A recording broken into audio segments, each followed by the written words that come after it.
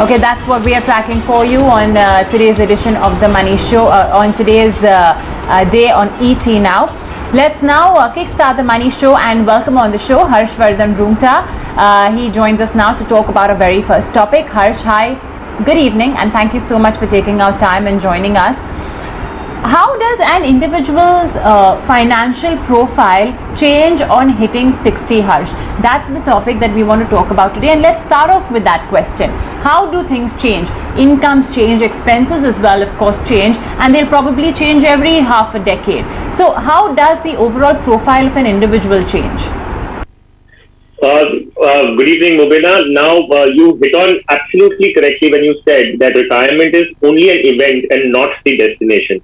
So there is a lot that will need to be done and incorporating this event which has taken place. So, and this is a very life-changing event in an individual's life. So while during his entire working life, you've been talking about accumulating money so that there will come a time when you're going to retire and your active income will stop and you're going to be dependent possibly on this corpus which you've accumulated up to age 60.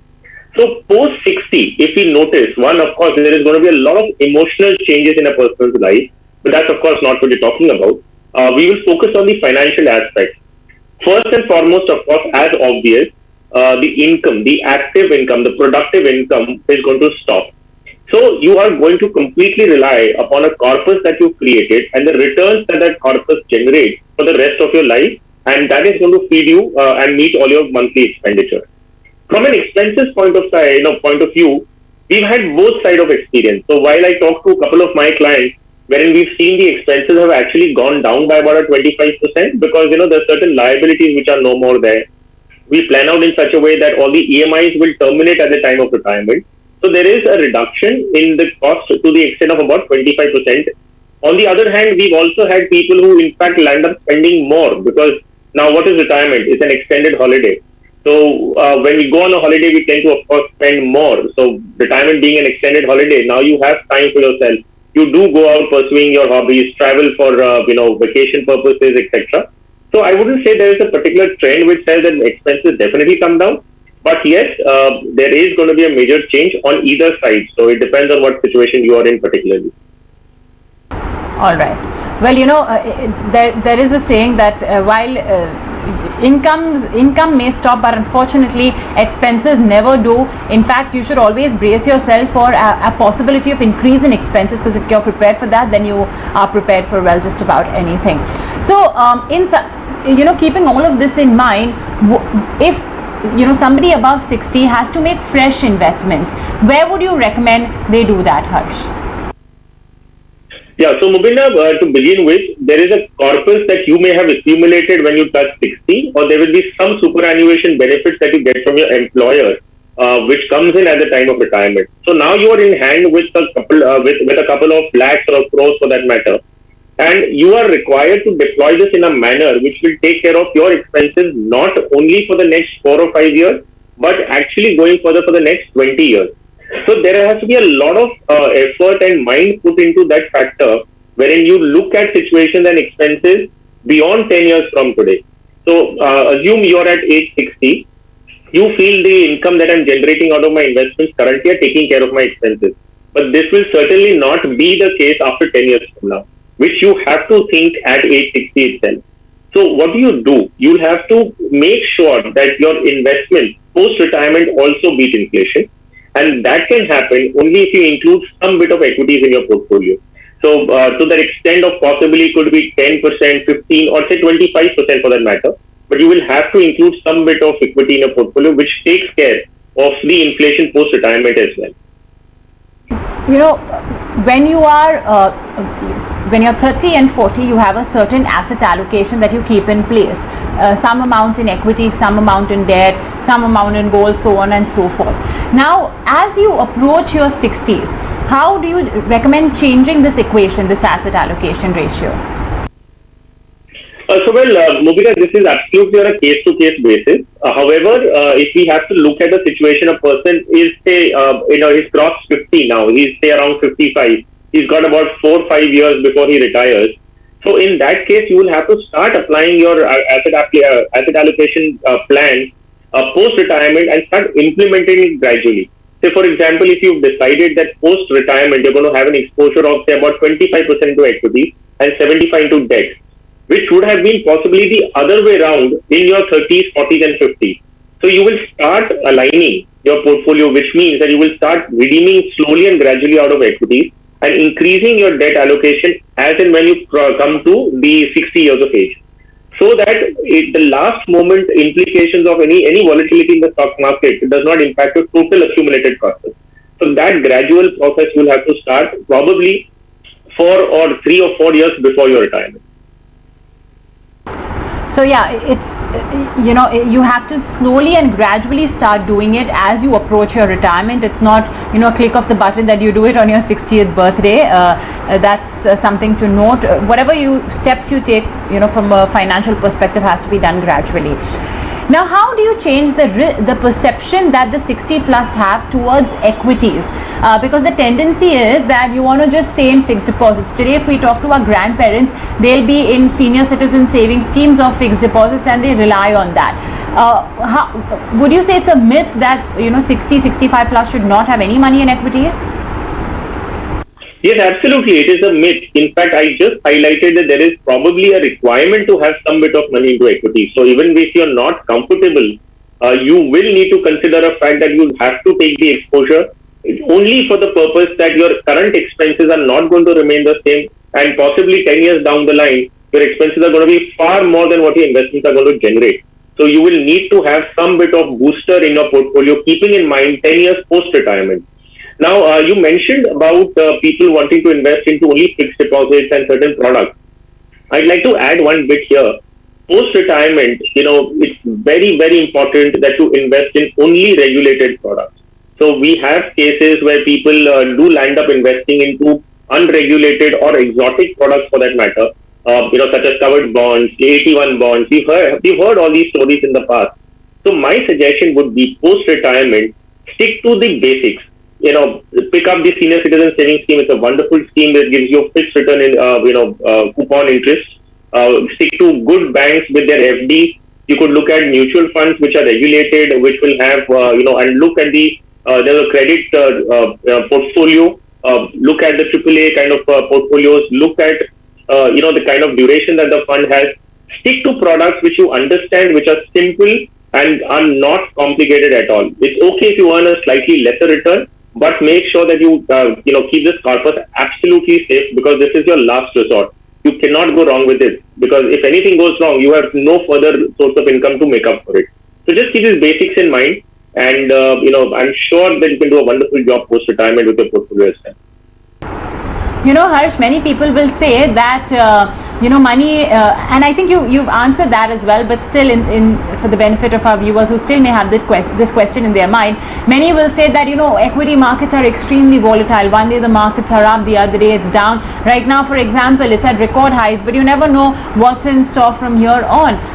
Many experts are already saying that okay, we may see a drop of 10-15% in equities. Now if you're 30, you can afford such volatility and movement, but at 65, how would you recommend they deal with something like this? So, Mubina, the only way to mitigate this volatility is to have an asset allocation plan in place. So, if you are comfortable in your current cash flows and you foresee that the same cash flow with on a fixed interest product would sustain for the next 5 years for me, then you may possibly have a 10% allocation to equity, which is still bearable in an overall portfolio.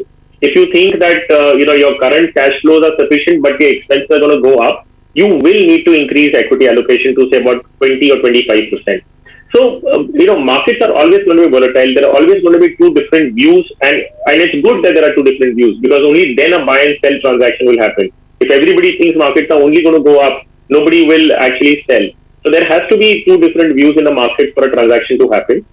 And even nobody would, in their forest of dreams, would know exactly what is going to happen. So I think it's just a matter of diversification, asset allocation, which is going to save the day for any investor. Let's talk about debt now. Many people in their late 50s, early 60s may still have some debt that they are paying down.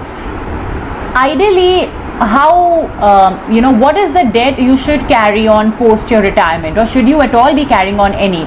Of course, sometimes it may not be in your hands. You may have come across some financial hurdles earlier on, because of which you still have debt in your 60s too. So in that case, would you recommend that if you get any cash flow, first utilize it to prepay debt? So in fact, Mubina, at retirement, there is no way that you can, plan or even think of continuing with debt post-retirement. So all the kind of debt should be terminated by by the day you retire. Ideally speaking, you should not carry on any debt, but we know the situations on practical purposes. I mean, there are cases where some kind of loans will be carried forward.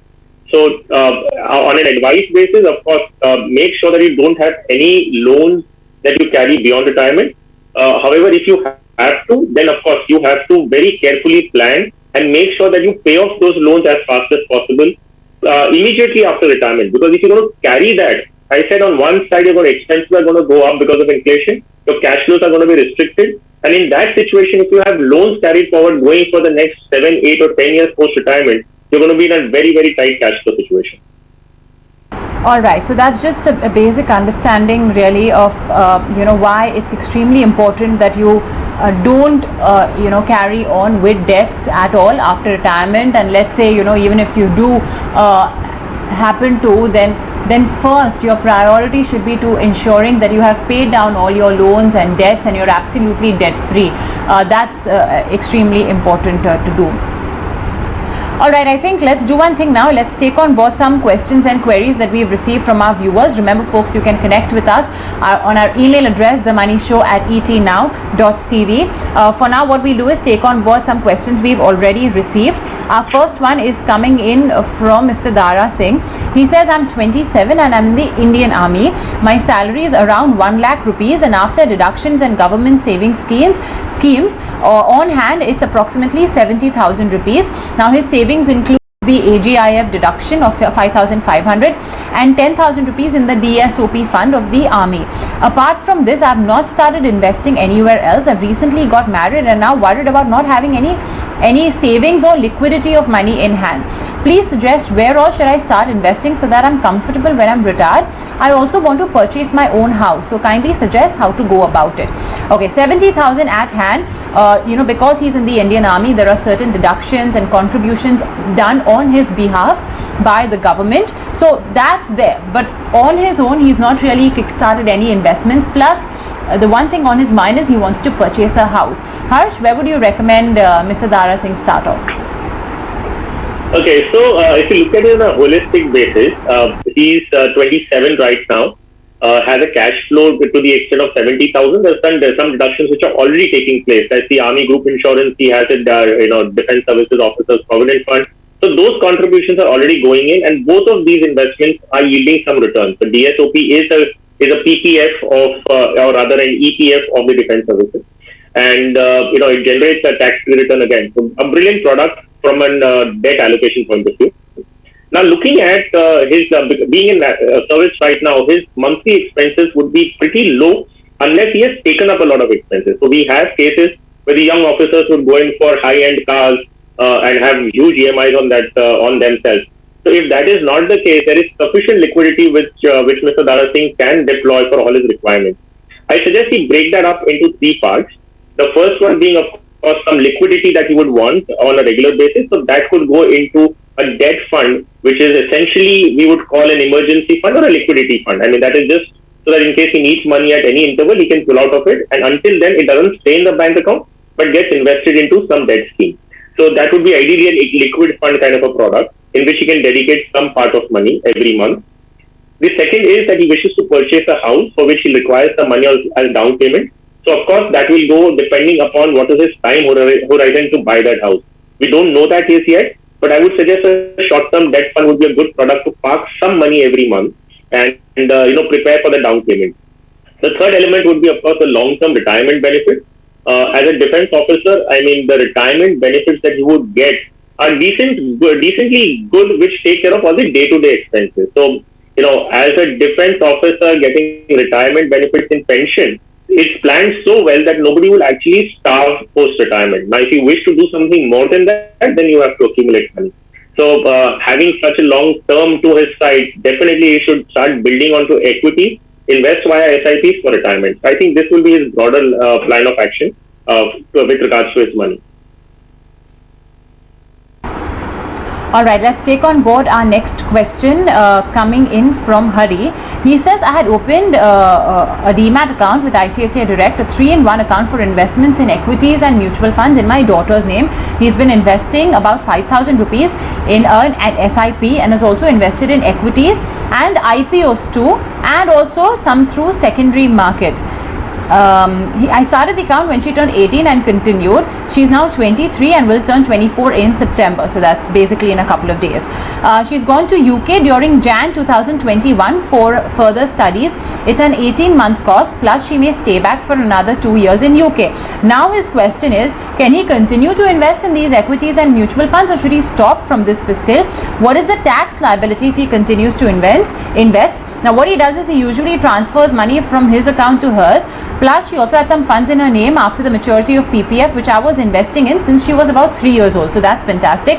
She's a physiotherapist. She's earned around 50,000 during FY21, and her current investments is 2 lakh in MF and 1.75 lakh in equities. So I think Mr. Hari has done some great stuff. He's opened this DMAT account at 18. He has a PPF for her already when she was 3 years old. So he's managed to accumulate a good amount of savings for her. Now that she's in the UK, and on all probability, since she's gone for at least 18 months, she's going to attain NRI status for this fiscal year. Harsh, what happens to her investments? Can her father continue to put money in the equities and in the SIPs? Yes. So Mubina, there are two parts to this. The first one being, if her residential status has already changed to NRI, she has to first update her KYC here in India to that being that of an NRI. So that is the first step that he has to undertake.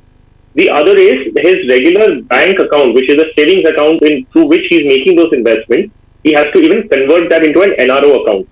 So he has to approach the bank and tell them that my daughter is now an NRI, and accordingly the status needs to change from a resident Indian to an NRO account. Now thereafter, the KYC has to be updated, which will happen in all the mutual fund portfolios in the DMAT account, to say that now she is recognized as an NRI and her KYC is updated. So folio also needs to incorporate that particular residential status being of NRI. The bank account as needs to change, and the bank account also needs to be updated to be that of an NRO account. Because the redemptions need to go in, it will go in through that in that particular account. Otherwise, redemptions will get stuck. So just to update that NRI status into KYC and your mutual fund folios and bank. After that, he can most certainly continue investing the way he has been doing. So I don't think there is any restriction on that part, and he can most certainly carry on with the good financial behavior that he has till now. All right, understood. Let's take on board our next question. Murugesh Chandran has written into us saying that he's 38 years old, based in Chennai. Now he says that at the age of 50, which is 12 years from now, I would like 1 crore rupees. What are the best available investment options I have to attain that? Okay, so it looks like at this point of time he does not have any said amount that he can invest, but he knows what his goal is, to get 1 crore in 12 years by 50. What would be his starting point then, Murugesh? Firstly, is this the right approach as well when you go about in investing? Because he's assuming that, and when he says 1 crore rupees, it's a very arbitrary figure. But I think the concept is of having that number, to boast about as the wealth that you've accumulated. It may or may not be enough, we don't know. But what's the starting point then for Murugesh? And, is it a feasible number to reach in 12 years? Mubina, the only information that we have that he's 38 right now, looking to accumulate a corpus of 1 crore at the time of age 50, which is 12 years from now. What does he need this 1 crore for is not known to us. So, because that changes a little bit of the planning part. For example, retirement purposes. So, he doesn't need the entire corpus at that point in time.